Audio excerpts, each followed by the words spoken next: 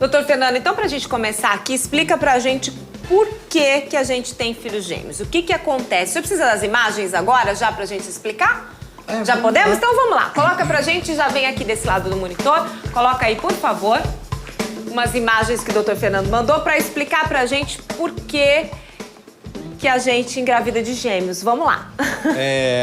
Na verdade, a gente tem quando a gente fala de gestação gemelar, a gente tem duas possibilidades, né? Uma primeira possibilidade é quando 2 óvulos, ocorre uma ovulação dupla na mulher, ou tripla, ou quádrupla, e cada óvulo desse encontra um espermatozoide, formando cada um embrião, que é o que a gente chama de gêmeos dizigóticos, que são não idênticos. Cada um é uma pessoa diferente. Pode, inclusive, ter cor de pele diferente e sexo diferente.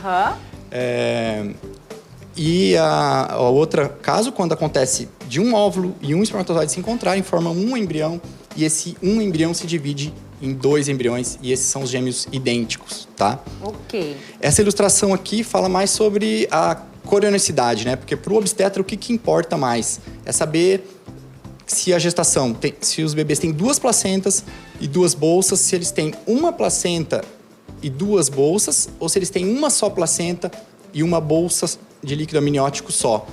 Porque quanto mais a gente vem daqui para cá, essa tem muito mais complicações que essa gestação. Doutor, então com base nessa imagem, eu já começo perguntando para o senhor se essa gestação ela vai ser mais complicada, ela exige mais cuidado.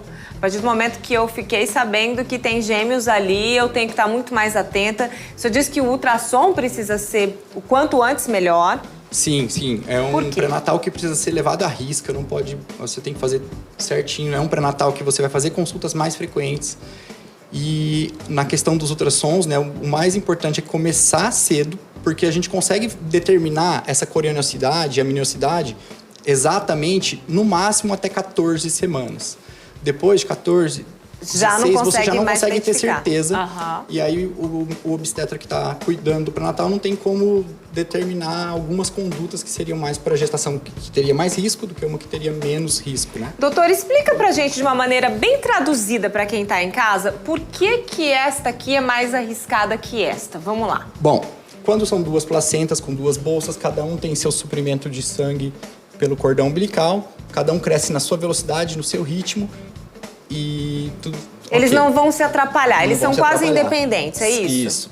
E aí na hora do nascimento também? Ainda assim é uma gestação de maior risco, porque a gestação gemelar é sempre uma sobrecarga ao corpo materno. O ser humano normalmente... teria um de cada vez. Então 2 já é uma sobrecarga. Então você tem um risco maior de prematuridade, de restrição de crescimento, mas você não tem uma complicação que é muito importante que a gente tem nesses 2 casos, que é uma placenta só, que é o que a gente chama de síndrome de transfusão feto-fetal. Quando o sangue de um, como se um roubasse o sangue do outro, e um cresce mais e o outro acaba não crescendo tanto por conta disso. Aqui a gente que tá até diferente, né? Nesse caso seria uma placenta e 2 bolsas. Nesse caso aqui é mais complicado ainda, porque você tem uma placenta e uma bolsa só. Então, além desse risco de transfusão feto-fetal, você tem risco até de enovelamento de cordão. Um cordão de um enroscar no outro e nós de cordão. Então, essa gestação tem um alto risco de complicações fetais, né? As complicações maternas são as mesmas, mas as fetais são maiores nessa gestação. São maiores ali. Doutor, em todos esses casos, é possível ter parto normal ou não? Algum deles não? Não, qualquer gestação gemelar é possível um parto normal. Mesmo nessas condições aqui? Sim, desde que os bebês estejam bem... saudáveis, a mãe não tem nenhuma contraindicação ao parto normal e que os 2 estejam na posição de cabeça para baixo. Mas a probabilidade em média é baixa. É mais comum partos cesáreos porque é um parto que pode ter complicações bem mais frequentes que num parto de um bebê só. Ok, antes da gente mudar a imagem, ainda aqui, ó, falando de desenvolvimento, é uma coisa que eu acho que a gente quer estar falando de mito e verdade. As mães de gêmeos, elas precisam se alimentar mais, elas vão precisar de complementos aí, isso é verdade? Elas realmente estão alimentando 2, estão ali gerando 2 pessoas, ou mais, né? Sim, a ingestão calórica na gestação gemelar é maior, sim, tem que ser maior. É claro, não é aquela regra, eu tô grávida de gêmeos, eu preciso comer por 3. Não é essa proporção. Não é essa proporção. O médico vai ajudar, viu, gente? O que a gente espera, mais ou menos, assim, um ganho de peso ideal para uma gestação de um bebê seria de 7 a 12 quilos. Uma gestação gemelar é de 10 a 18 quilos que uma mulher vai ganhar durante uma gestação gemelar. Então, precisa de uma ingestão calórica maior. Quem tem a possibilidade de ter uma nutricionista acompanhando, melhor, porque Excelente. realmente vai precisar de mais ferro, tem mais risco de anemia, o bebê vai tirar nutrientes do corpo materno. Os dois vão tirar, né? Ok. Então, É como o senhor tem disse, diferença, exige sim. muito mais, né? Tem mais uma imagem aí? Vamos passar? Pode passar para a próxima? Essa é a imagem só identificando, né? Quando dois óvulos, dois espermatozoides são dizigóticos, são diferentes, inclusive de sexos diferentes, e um óvulo com espermatozoide e um embrião que se divide em dois, que são os gêmeos idênticos. Tem como saber o sexo dos bebês gêmeos? Sim, sim. Tanto... Em que fase, doutor? Hoje em dia você consegue fazer esses testes pelo sangue, né? A sexagem fetal a partir da 8ª, 9ª semana. E depois no ultrassonografia, o ideal 16, 17 semanas, você já consegue identificar. Ok, pode passar? Tem mais uma imagem? Vamos ver o que mais que a gente mostra aí. Okay. Essa imagem é só para explicar que a diferenciação, quando são gêmeos idênticos, né? A diferenciação se dá pelo tempo que o embrião se divide. Após a fertilização, se até 72 horas o embrião se divide, 2 placentas, 2 bolsas. Do 4º ao 8º dia depois da fertilização ocorre a divisão, vai ter 2 placentas e 2 bolsas. Do 9º ao 12º dia, você vai ter uma placenta só com uma bolsa só. E quando acontece depois do 12º dia, uma outra complicação que a gente esqueceu de dizer, que são os gêmeos siameses, né? Que não ocorre uma divisão completa dos fetos, que isso é raríssimo. Mas que pode acontecer quando é uma divisão tardia. Doutor, a gestação gemelar, ela quase sempre vai ter bebês prematuros? É difícil chegar até o final da gravidez? Por quê?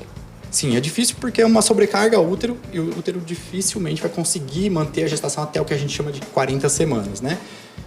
Mas, principalmente nos dicoriônicos, de amnióticos, a gente consegue chegar com um pré-natal bem conduzido, controlado bem os riscos aí, a gente consegue chegar às 36, 37 semanas, que a gente já não considera mais tão prematuro. Agora, os trigêmeos, quadrigêmeos, 100% vão ser prematuros, vão nascer antes de 36 semanas mesmo, e tem as complicações da prematuridade. Eu acho que a pergunta é sim, mas aí eu quero que o senhor explique. É muito mais complicado para quem tem uma gestação muito nova, né? Quem tem uma gestação gemelar ainda adolescente, por exemplo, e para quem já está com 40 anos? Sim, a gestação gemelar, ela é mais comum em mulheres acima de 30 anos. Acham que até por fatores hormonais.